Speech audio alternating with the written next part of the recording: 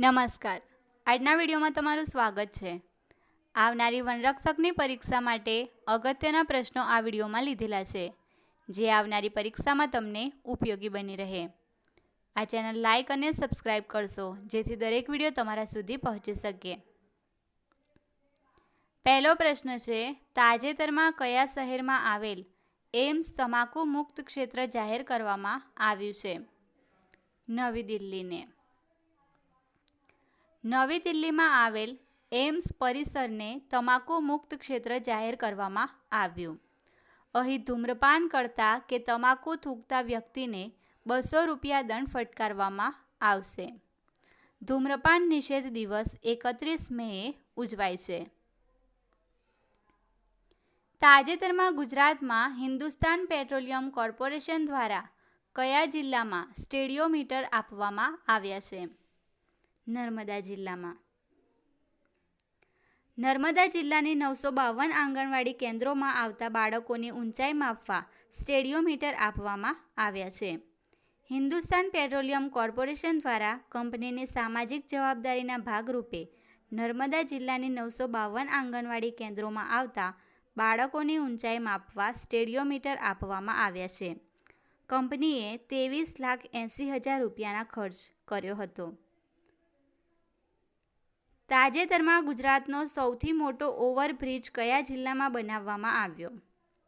વડોદરા જિલ્લામાં. ગુજરાતના સૌથી મોટા શહેરી ઓવરબ્રિજનું મુખ્યપ્રધાન ભૂપેન્દ્ર પટેલના હસ્તે લોકાર્પણ કરવામાં આવ્યું છે. આ બ્રિજને અટલ બ્રિજ નામ અપાયું છે. પૂર્વ વડાપ્રધાન અટલ બિહારી વાજપેયીની જન્મજયંતિ નિમિત્તે બ્રિજને ખુલ્લો મુકાયો. વડોદરા મહાનગરપાલિકા દ્વારા રાજ્ય સરકારના સહયોગથી આ બ્રિજ તૈયાર કરાયો છે. તાજેતરમાં ચર્ચામાં રહેલ નાકરાવાડી ગુજરાતના કયા જિલ્લામાં આવેલું છે? રાજકોટમાં. રાજકોટ જિલ્લામાં નાકરવાડી ખાતે 15 એકર જમીનમાં 270 કરોડના ખર્ચ એનર્જી પ્લાન્ટનું ઉદ્ઘાટન કરવામાં આવ્યું. તેમાં 1000 ટન કચરાનો નિકાલ થશે. અંતમાં કચરાનો નિકાલ સામે વિદ્યુત ઉત્પન્ન કરવામાં આવશે. સપ્ટેમ્બર મહિનામાં આ પ્લાન્ટ કાર્યરત થશે, જેમાં દર કલાકે 15 મેગાવોટ વીજળી ઉત્પન્ન થશે. તાજેતરમાં ચર્ચામાં રહેલ ભારતના કયા વડાપ્રધાનના નામ પરથી એક તારાનું નામ રાખવામાં આવ્યું? અટલ બિહારી વાજપેયી. અટલ બિહારી વાજપેયીનું નામ આકાશમાં પૂર્વ પીએમના નામ પર સ્ટારને નામ અપાયું. તાજેતરમાં કોના દ્વારા સાબરમતી રિવરફ્રન્ટ ખાતે અમદાવાદમાં ફ્લાવર શોનું 2023નું ઉદ્ઘાટન કરવામાં આવ્યું હતું? ભૂપેન્દ્રભાઈ પટેલ દ્વારા. તાજેતરમાં અમદાવાદમાં સાબરમતી રિવરફ્રન્ટ ખાતે 2023નો ફ્લાવર શોનું ઉદ્ઘાટન કર્યું હતું. આ ફ્લાવર શો ડિસેમ્બરથી 12 જાન્યુઆરી સુધી યોજાશે.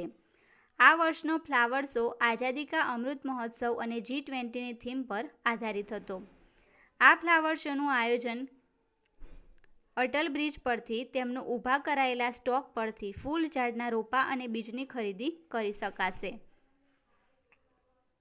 ભારતનું પ્રથમ ગ્રીન હાઇડ્રોજન બ્લેન્ડિંગ ઓપરેશન ગુજરાતમાં કયા જિલ્લામાં શરૂ કરવામાં આવ્યું હતું? સુરતમાં. ભારતનું પ્રથમ ગ્રીન હાઇડ્રોજન ઓપરેશન શરૂ કરવામાં આવ્યું છે.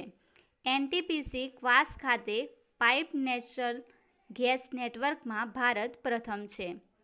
આ પ્રોજેક્ટ NTPC ગુજરાત ગેસનું સંયુક્ત પ્રયાસ છે. આ પ્રોજેક્ટ કચ્છમાં શરૂ કરવામાં આવ્યો છે. 10મી જુલાઈ 2022ના રોજ વડાપ્રધાન નરેન્દ્ર મોદી દ્વારા પ્રોજેક્ટ કરવામાં આવ્યો હતો. તાજેતરમાં ગુજરાતમાં 2023ની દ્રષ્ટિએ હાલમાં ગુજરાતમાં રીંછની સંખ્યા કેટલી છે? 358. ગુજરાતમાં રીંછની સંખ્યા 121થી વધીને 358 થઈ છે. બનાસકાંઠા જિલ્લાના રીંછ જેસોર અભયારણ્યમાં બાલારામ અંબાજી અભયારણ્ય રીંછની હાજરી વધી છે.